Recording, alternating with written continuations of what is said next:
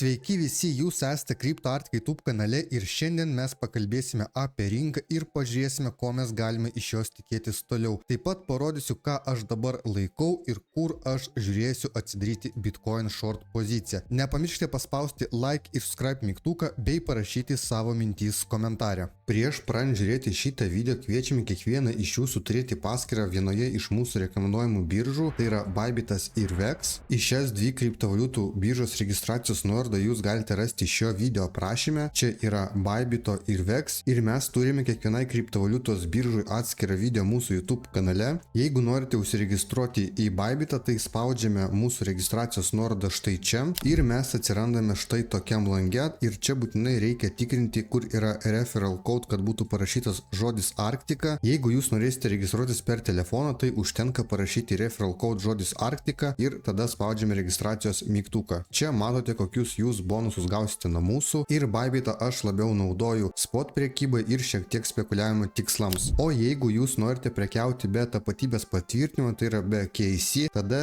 jūs užsiregistruokite pagal mūsų duotą nuorodą į VEX kriptovaliutų biržą. Tai spaudžiame štai čia ir atsirandame štai tokiam lange ir būtinai tikrinam, kad būtų parašytas referral code žodis Arktika. Noriu paminėti, kas užsiregistruos pagal mūsų duotas nuorodas arba pagal referral code Arktika. Parašykite mūsų administratoriui, kad jūs užsiregistravote pagal mūsų registracijos nuorodą ir atsiųskite jūsų UID. Jūs gausite daug įvairiausių bonusų nuo mūsų ir galėsite gauti nuolaidą prisijungiant prie mūsų uždaros bendruomenės. Taigi štai čia mes turime Bitcoino grafiką, čia yra 4 valandų time frame'as ir iškart galite pamatyti štai šitą užrašą ir čia mes matome štai tokią pasipriešinimo zoną ir šito grafiko aš dalinausi mūsų uždarą bendruomenę, tai dabar greitai aptarkime, kas čia yra ir ko mes galime tikėtis. Tai visų pirma, čia yra pasipriešinimo zona, jūs ją aiškiai matote ir matome, kad būtent šita zona Bitcoinas šiek tiek sustojo ir jeigu Bitcoinui nepavyks pramušti štai šitą zoną, čia tiesiog gausis feikautas ir mes keliausime žemiau ir tikriausiai mes pramušime štai šitą trendo liniją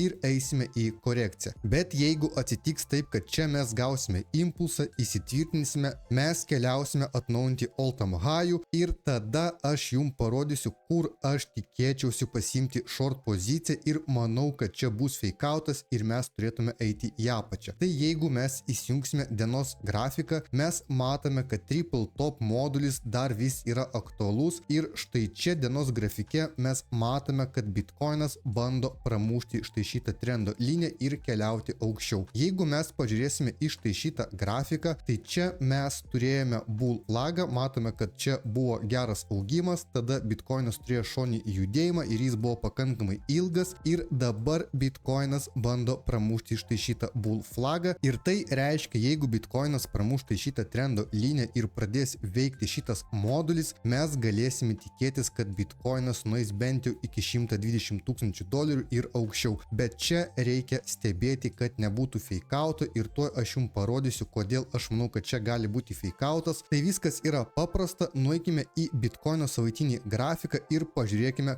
ką jis mums sako. Štai čia mes turime Bitcoino savaitinį grafiką ir mes matome labai panašų scenarių, kaip ir buvo prieš tai ir dabar mes irgi esame panašia situacija ir jeigu mes įsijungsime indikatorius, tai mes matome labai gražų divergence, tai aš jį esu pažymėjęs štai tokiom raudonom linijom, tai aš divergence esu pažymėjęs štai tokiom raudonom linijom ir mes matome, kad čia ir čia yra labai daug panašumų ir ką noriu pasakyti, kad jeigu savaitės grafike mes pamatysime spaiką štai čia ir kaina nueis žemiau, tai yra labai didelė tikimybė, kad mes atkartosime būtent šitą scenarių ir pamatysime kritimą ir štai čia gali būti feikautas. Tai kai kaina pradės eiti šiek tiek aukščiau nei yra šita raudona linija ir čia pabandysiu atsidaryti short poziciją ir pažiūrėsiu, kas iš to gausis. Bet kokiu atveju čia rizika yra gera ir šitoj vietoje verta pabandyti atsidaryti short poziciją su nedideliu stop lossu. Tai kol kas mes matome štai tokį vaizdą ir dar noriu jums parodyti, kur yra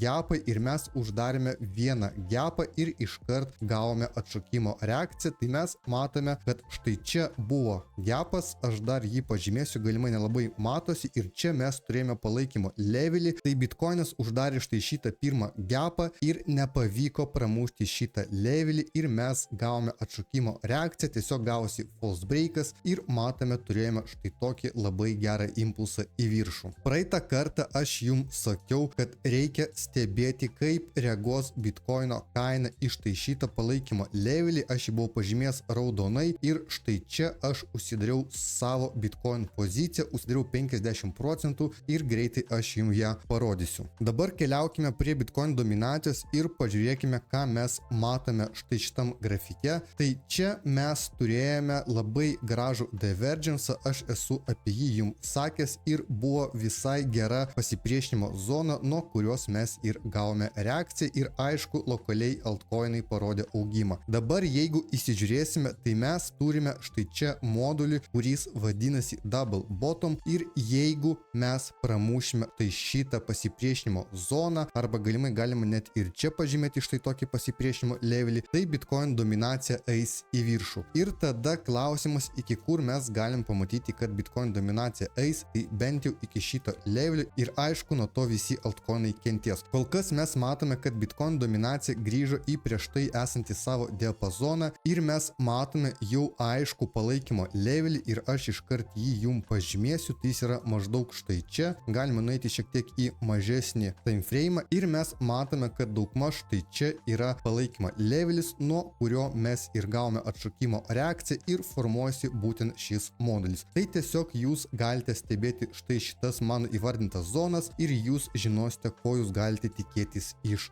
rinkos. Dabar greitai noriu jums parodyti, kokias pozicijas aš turiu ir kur užsidariau Bitcoiną. Ties Bitcoino pozicijos kaip ir viskas aišku, aš jums papasakau, į ką reikia atkreipti dėmesį ir kur galim pabandyti pasiimti poziciją. Tai šiuo metu aš turiu dvi pozicijas ir mūsų uždarė bendruomenė irgi turime dvi atidarytas pozicijas. Tai pirma moneta yra ENA ir antra moneta yra CTC. Ir dabar noriu parodyti, kur uždariau Bitcoiną ir kiek gavosi iš to užsidirbti. Štai čia mes matome, kad mano entry taškas buvo 107 233 doleriai ir aš užsidariau 50% pozicijos ties 106 tūkstančiais ir tada nusistačiau savo poziciją į įėjimo tašką, tai yra tiesiog savo stop lossą numečiau į risk free. Kas yra risk free, galimai ne visi žino, tai risk free pozicija yra tada, kai mes stop lossą numetam į mūsų įėjimo tašką ir mes nieko nerizikuojam. Tai tiesiog gavosi, kad aš pasiėmiau 50% ties 106 tūkstančiais dolerių, tai čia galėjo būti šiek tiek daugiau nei 200 dolerių pelno, jeigu aš būčiau užsidaręs visą poziciją, bet aš nusprendžiau dar šiek tiek palaikyti ir tada tiesiog nusprendžiau pasidaryti risk free poziciją. Tai kaip ir pelnas visai geras, buvo tikrai labai saugus sandoris ir kol kas Bitcoiną stebėsiu, aš jums papasakau, kokie yra galimi scenarijai, apie alt-seasoną mes irgi esame kalbėję ir kol vasara, tai alt-seasoną tikrai labai sunku tikėtis, bet manau pavasaros mes galėsime jau tikėtis, kad altcoinai kažkiek eis į viršų, bet dar žiūrėsime, kokia yra situacija ir galimai kažkas keisis, tai būtinai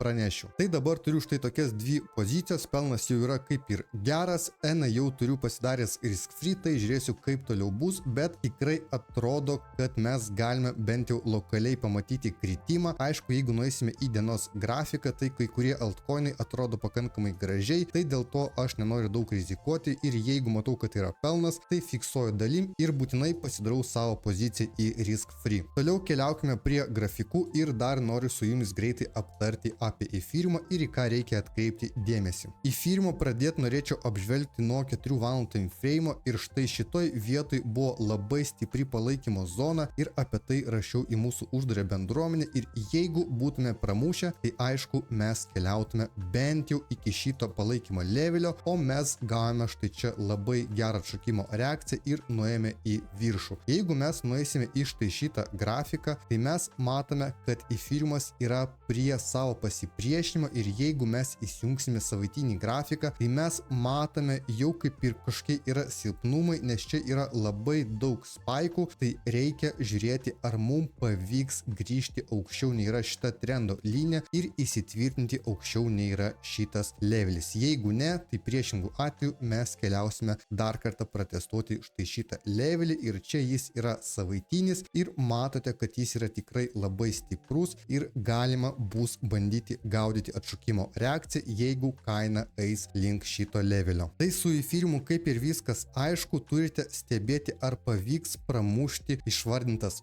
zonas ir šitoje vietoje tikrai yra pakankamai daug spaikų ir šitie spaikai mums rodo, kad yra silpnumas ir mes dar kartą galime nueiti iki šito levelio, čia yra pasipriešinimo levelis ir jeigu savaitinėme grafike mums nepavyks įsitvirtinti, gausime dar vieną spaiką, tai mūsų tikimybė kristi dar didėja. Tikiuosi video buvo naudingas, visų laukime prisijungiant prie mūsų uždaros bendruomenės, ten mes bendravome, prekiavome ir bandome užsidirbti kuo daugiau pinigų iš kriptovaliutos rinkos. Nepamirškite paspausti like ir subscribe mygtuko ir prisijungti prie mūsų nemokamos Telegram grupės, kurios nuorodą rasite šio video aprašyme. Iki greito.